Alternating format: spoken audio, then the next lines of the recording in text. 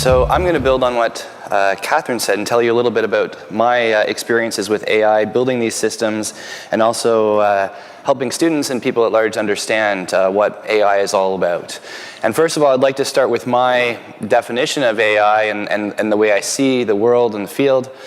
And I think I like to break this down into sort of two main ideas. One is an ideal. So what we've often grown up with, seen in the media, in popular culture, is the notion of AI as being something we strive to build. A machine or a system that's indistinguishable from humans in physical abilities and also cognitive abilities. But it's also a very important class of technology or scientific or engineering discipline. That's actually something that's very special about AI, is that it sits not in computer science or computer engineering, but it's also, it's somewhere between these fields in math and statistics and psychology and biology and so forth. It's actually been, really, people describe it as a mixture of these two worlds, the ideal or the goal, and a legitimate class of technology that's actually producing useful products and services for people. But it was the idea, I think, sort of overridden by the first and failed, sort of this notion of a failed ideal or failed technologies, and for reasons that Catherine already spoke about, getting sort of stuck in the 80s and 90s, that AI became kind of a dirty word. But now it's certainly back in the zeitgeist. And if we look at media trends, certainly the mention of AI in the media is eclipsing that of big data. In terms of public executives speaking about AI in their earnings calls, again, you see in the mention of AI just shooting off, eclipsing big data in recent years. And then also, there's a lot of other terms that come up with the mention of artificial intelligence, things like machine learning and neural networks and deep learning and computer vision and natural language processing, some of the things that Catherine already mentioned. And my goal today is actually to break down some of these terms that are associated with AI and thrown around sometimes quite loosely, and at least give my definitions for them. So thanks to Catherine for introducing sets. I'm going to also talk about sets and view first AI as sort of this big class of technology that encompasses machine learning. So what I'd like to say is that not all AI systems require a form of learning.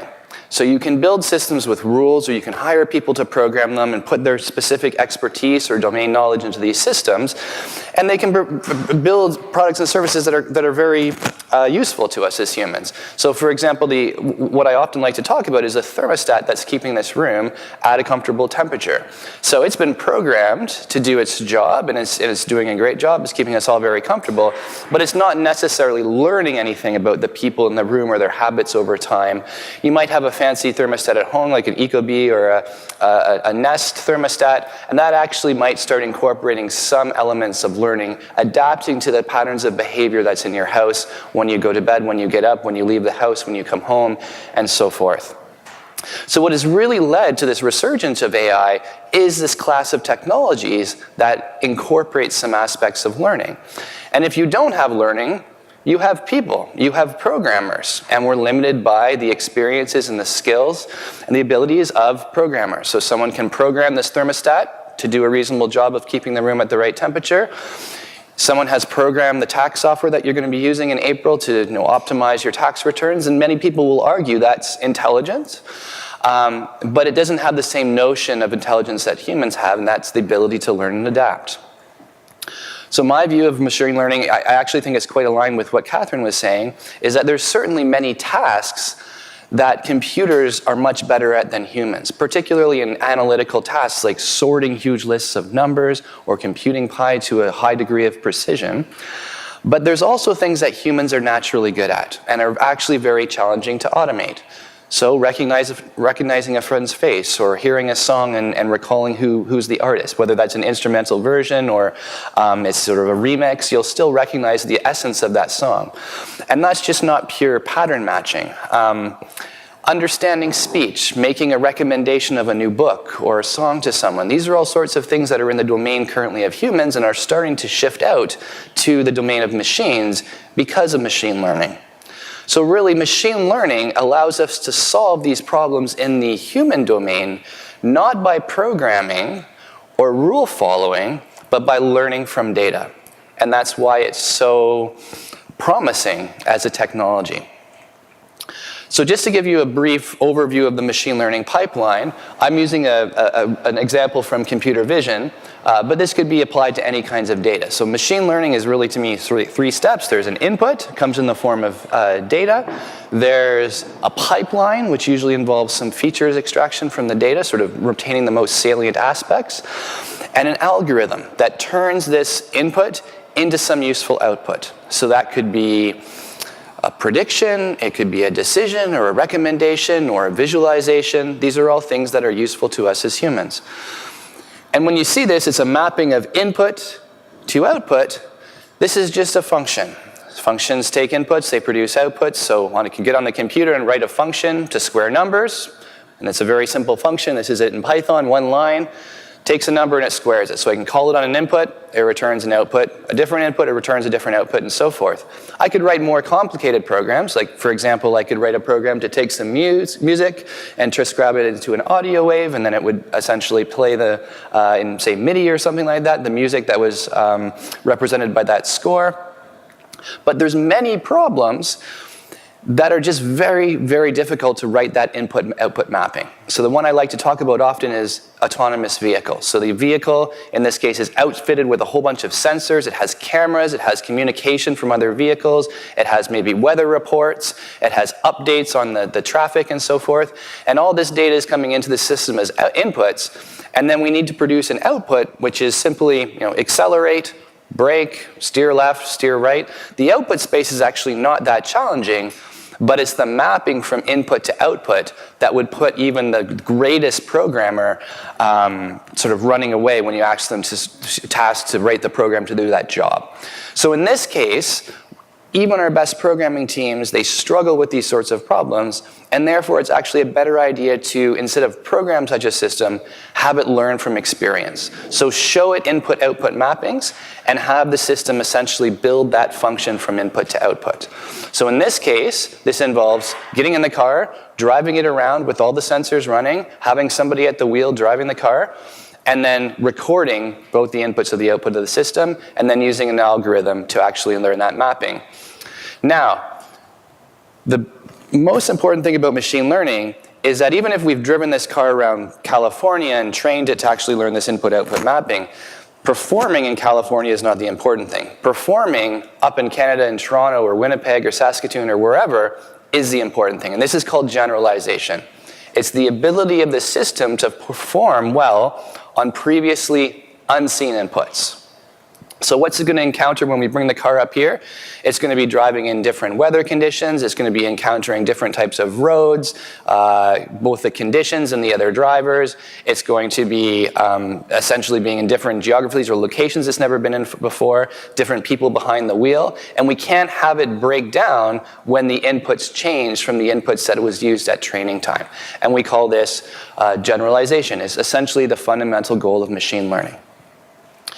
So how do we build systems that generalize?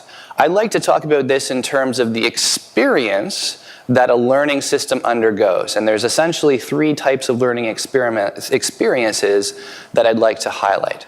Now the first one is essentially along the lines of what I've been talking about. It's called supervised learning.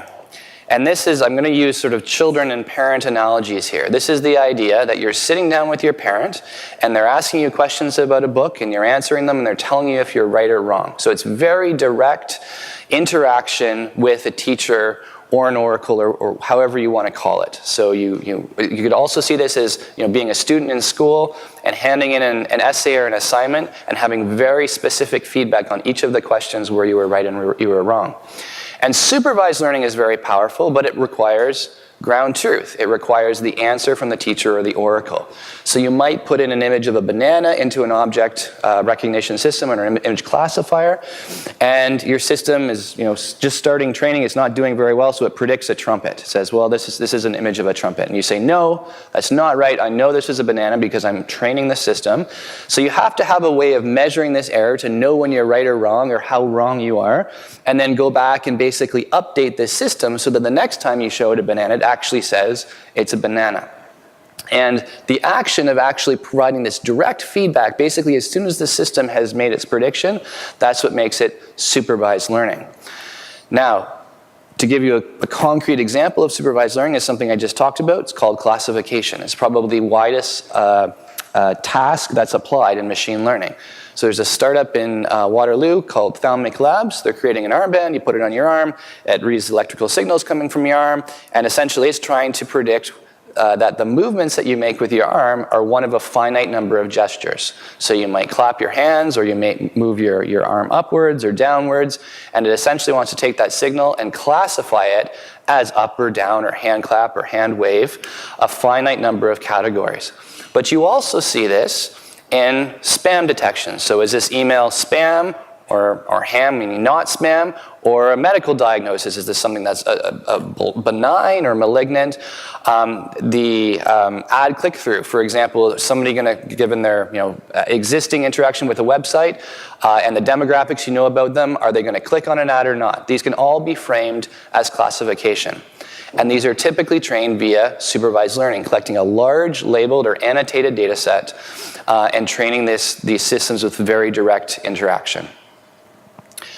Now, another learning experience that people in the research field are very interested in is unsupervised learning, because it's much more natural to humans. So we as humans actually do a lot more unsupervised learning than supervised learning. And of course, we have interactions with our parents and our teachers and the world around us, but a lot of the time we're going about our day, we're basically reading books, and we're running around, and we're studying the world and taking in all kinds of perceptory signals, and we're making sense of it. And this is essentially unsupervised learning without this direct feedback system. So one example of unsupervised learning I'd like to give you is the most popular one, which is clustering. So the idea of clustering is that you have data, but you don't have this ground truth, or you don't have the right answer. You just have data, and you're tasked with logically organizing this data into groups. So the concrete example I show you here is from a few years ago. Stanford ran a massively open online course, or a MOOC, with about 30,000 students, and they had 10 or so TAs. And the issue here was that they had so many student programming assignments and so few TAs that it'd be very difficult for the TAs to give the students individual feedback on their assignments. Because this is a computer science course and the students were submitting their programs through an automated submission system, they were able to essentially auto-grade the assignment. So they could take the programs written by the students, they could run them through a series of tests, and they could figure out how these programs broke down or had bugs or failed in some way. So they were able to essentially get some features out of these programs based on the way that they failed. And they also had the code, so they could compare these programs in terms of their syntactic similarity. So they had essentially these sort of utility features and the syntactic features, and they used this data to do a clustering of the students' programming assignments. So this allowed them to essentially break, each dot here is a student programming assignment, the links are indicating syntactic similarity, and the colors are indicating the result of doing this clustering. And so what you have are little groups of assignments where students' programs essentially failed in the same way, or they passed, or they were similar in some way to other students' assignments. And therefore, the TAs could then go out to the clusters and give very specific feedback to the clusters instead of giving the feedback to every single individual student. Since we're at Autodesk, I wanted to talk also about another type of unsupervised learning called generative modeling. So this is the idea of not just doing prediction, but doing creation. And I'm sure many of you have seen these faces here before. This is an experiment done by NVIDIA running an unsupervised learning algorithm on a data set of celebrity faces called the Celeb8 data set. And here the task is not to cluster the faces, but the idea is to learn a model about faces such that it can create new faces. So in this case, generate beautiful people.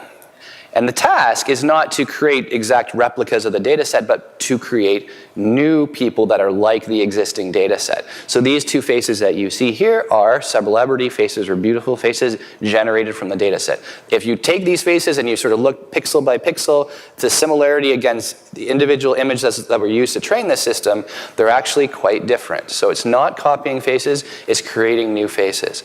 And so this opens up the possibility here, being at Autodesk, who's sort of in the business of making physical physical objects, to actually use algorithms to design not just digital artifacts, but physical artifacts. So we've been involved in my lab doing projects that look at using algorithms for mechanical design. We've improved generators for in environmental mechanical problems. We've also are rolling this out to pharmaceuticals.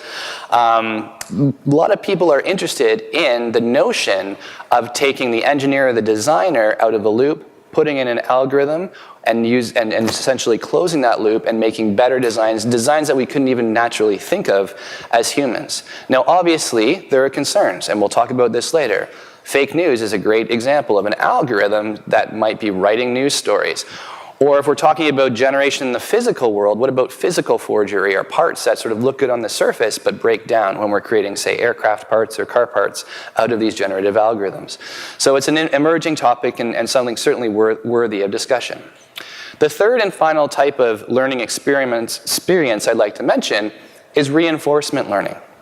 And again, like unsupervised learning, it's very biologically motivated. We do a lot of I wouldn't say necessarily reinforcement learning, but something like reinforcement learning as humans.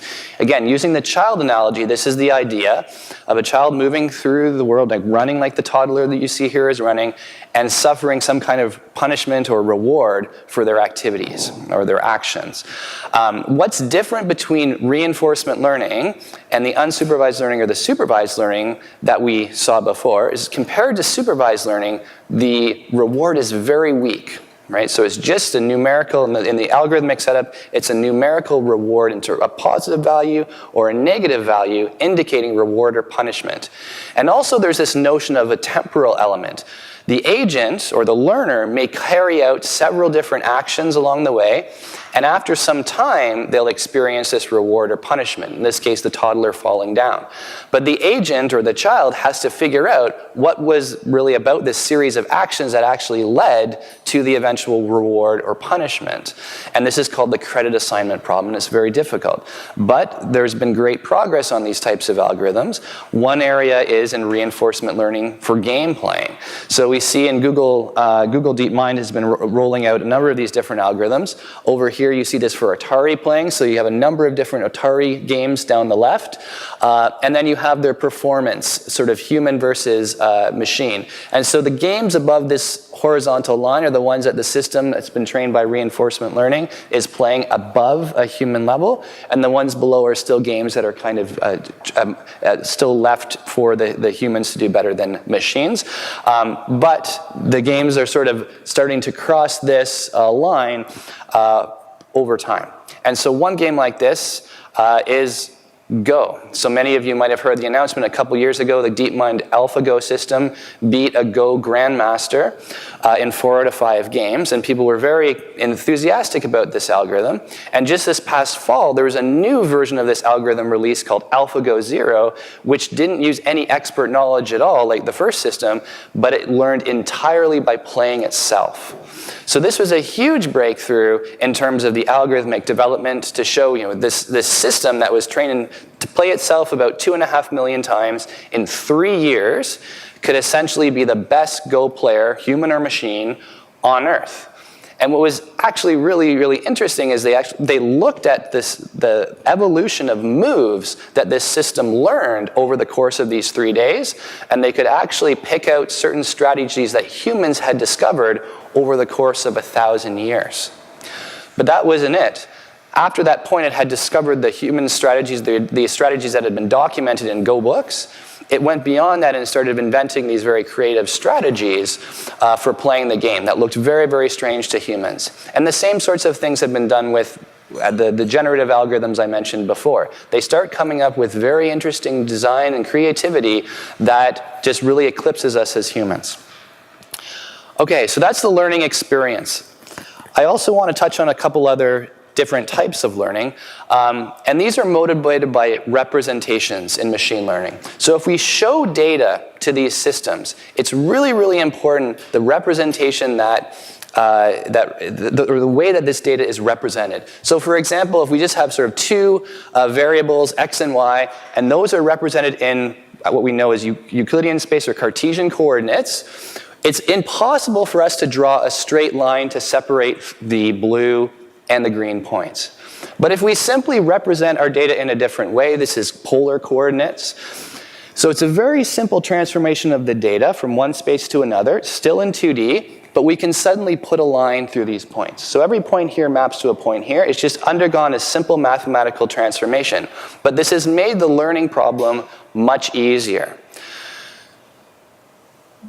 Now, you can have a person recognize this and come up with the representation change, or more recently, you can have the algorithm come up with the representation change. And if this data is not in 2 dimensions, but high dimensional, like an image or an audio file or a video, it makes sense to have a machine learn the right transformation of the representation.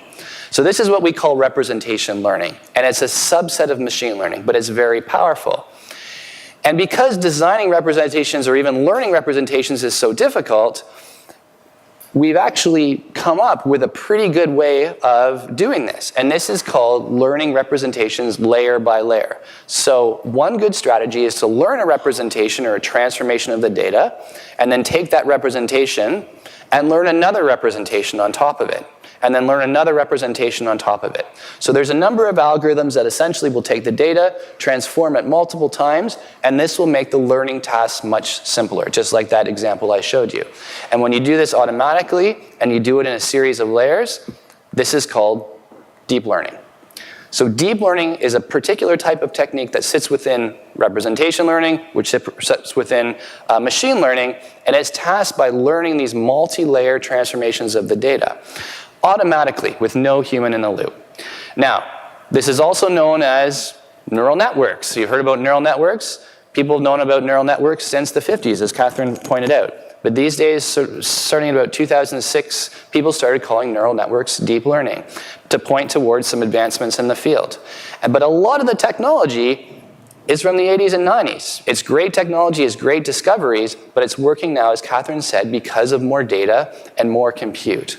So what you see on this axis, sort of data advancing towards data sets of sort of 1 million or 1 billion examples. You have the amount of compute, which we measure in floating point operations per second, or the sort of number of computations it takes to push some data through the system. This is approaching 10 teraflops for just a card that you can buy for $1,000 and put in your computer. And this has allowed us to grow the capacity of models. So more data and more compute supports more sophisticated models that can solve the challenges in vision and speech and audio processing and natural language processing that Catherine talked about. But I'd like to leave you with this. It goes a lot further than these amazing applications that we have on our phone and experience through our the web and or the Netflix on our TV and so forth. Andrej Karpathy has a number of essays and there's sort of follow-ups on this, that this is really the evolution of software. So going back to what I talked about earlier, if you don't have learning, you have programmers, people that think about a design or a problem and solve it based on their experience. But what we're seeing now are problems, whether they're in engineering or they're in design, it doesn't matter what domain they're in, but we're viewing these as a search space instead of just sort of a singular solution that someone goes to and iterates upon. So when you hand over the design of things like software to an algorithm and is viewed as essentially a search through a very high-dimensional space of possible programs, these machines can build software that's much more effective than software that humans can write, and it can also solve problems that are just out of reach of humans. And so it's very powerful, and I look forward to talking with you later this afternoon. Thank you very much.